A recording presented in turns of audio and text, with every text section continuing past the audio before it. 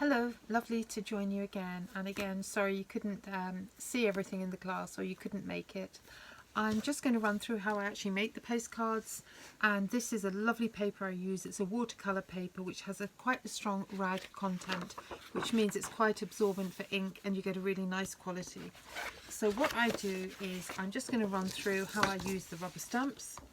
I have all my rubber stamps made by a company in Belfast called the Rubber Stamp Company, and they base the design often on my handwriting. So you get your pad here, and I basically designed a postcard that I wanted them to make into a rubber stamp. This would cost about £30, but I have had, I would say, over 1,000 uses of it, and they last forever. So it's a very, very kind of eco-friendly, resourceful activity.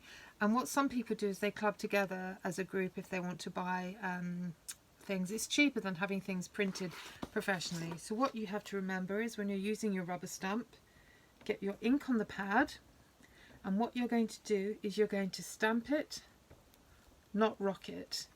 Okay, so that's, I didn't really do that hard enough there. Try another one. There we go, that's perfect. I don't like things looking too neat. These are hand printed after all, so you do want a little bit of difference. So I hope you can see that. I will use the one where it hasn't come out, and I have made some boo-boos in the past where I have pressed too hard and you don't get a very good result. What I'm going to do now is we have about 4 different types of edges that we use. So I'm just going to tear this out from the pad and show you. This shouldn't take too long. So using my lovely paper cutting scissors, just going to give myself plenty of space to work from. What you will find is on the postcards that I gave you, you've got a good border around the edge, and I like to use my thumbnail as a guideline for how much room I should leave to cut it. So doing it by eye, I like to cut about ½ centimetre all the way around the edge, and you can, yours are all done for you, but if you're doing these yourself, just allow about ½ centimetre, and a good guideline is that's about a centimetre is about that. So in fact that's a bit more than ½ centimetre, so allow about 1 centimetre. You can always trim it again. And what I'm going to do is my first and favourite edge is the crinkle cut, or the mouse nibbled one. You can use these lovely pinking shears, or you can buy them from the pound store. And this effect was created with the origin of postcards in the 1840s, where it was just a design feature to make it look slightly more fancy, and literally it's just the edges. They often say it looks like a mouse has nibbled it, and this, you often see this if you've got old family photographs going back to the 1840s or earlier. They will often have this crinkle cut edge, and I think it was, like lots of things, a fashion. If you're doing it yourself, I always think it looks like a crocodile has had a nibble of this.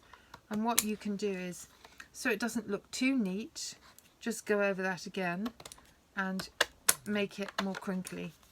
And it just creates a really nice little pattern. And I think the reason of people often used to do that was, how many of us now put photographs in an album? Not that many. I can't remember the last time I put things in an album. I have 32,000 photographs, and they're all on my various Apple devices. And that leaves plenty of room if somebody wanted to keep a postcard. So we'll think about the back in a minute, but there, so that's the crinkle cut. The other edge that I do, I'm going to use the one that's slightly blurred here. Again, I'm going to leave ½ centimetre. I'm going to cut this. You're lucky, yours have been done for you. But again, this, the whole idea of this workshop is so that you can do it yourself. And what I do is I take the scissors and the card, and I turn the card like this, and you kind of give it a little wiggle, and you get a really lovely edge. It's almost like you're going to cut, but you don't let the scissors close. And you just let the jaws of the scissors, as you twist the card, if your paper scissors are nice and sharp, if nobody's used them for fabric. And again, this you often get this on continental postcards. Okay, so I'm just going to show you that. That's to show you our second finish. And the third finish is your classic standard nice border, very plain, but what you'd expect to see on a postcard.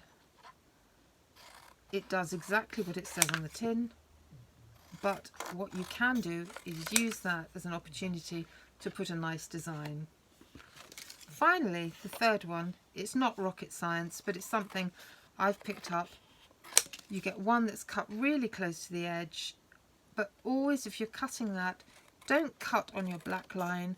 Leave what they call a shadow breath, just a tiny little white bit, and that just helps it visually not look like it's been cropped too short.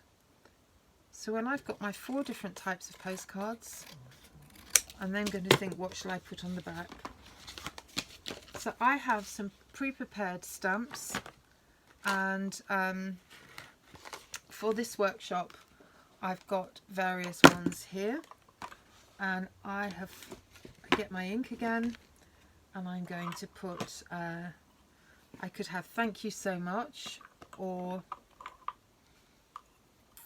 don't forget to write, I think is appropriate for this. Remember, if you are stamping this like I am, you can still add your design.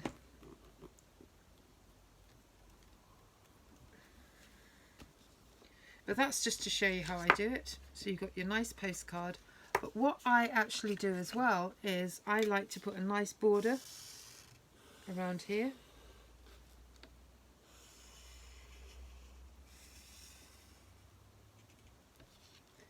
And that also gives you a little bit of definition.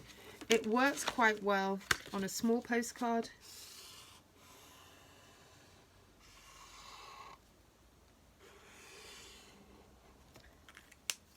Just, it gives you an area in which to work in.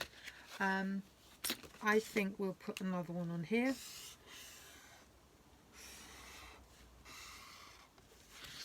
And on this final one, I'm not going to add a border.